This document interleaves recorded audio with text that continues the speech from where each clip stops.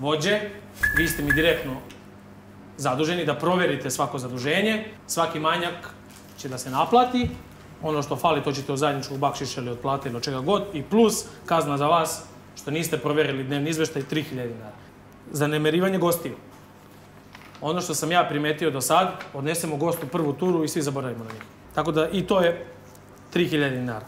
Svesno lomljenje inventara ili bilo čega, 6.000 dinara. A ako neko namerno dođe, šaka od 100, piksla u glavu i slično, treba kazniti.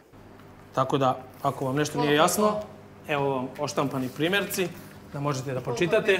I to kreće od sad. Koliko?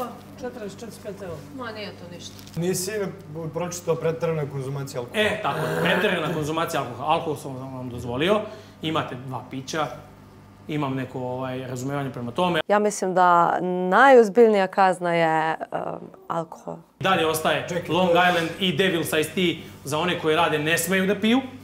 Nema više pića od plate, ko ima pare taj će da plati i da pije. I ako neko pretera u konzumaciji alkohola... Preterano konzumiranje alkohola. Isto šta piše tu, kolika je kazna? 5.000. Ja mogu da popijem pola destilerije Rubin Kruševac, kad je vinjak u pitanju. Da me ne čačne. Kad pijem umereno. Kad mi nešto zabrane, druže, udarit će me jedna rakija u glavu i onda ću da pošašavim. Ove plate što ste primili do sad, primili ste, od sad na vama je šta ćete primiti na novom preseku. Treba uvesti kaznu ako neko pretera, ali nemoj ograničavati. Ja mogu popijem flašu vinjaka. Lagano. Mogu da popijem 2 piva iz druge gajbe. Lagano. I da spremim večer. Ja mislim da će preterana konzumacija alkohola pogoditi samo Sanju.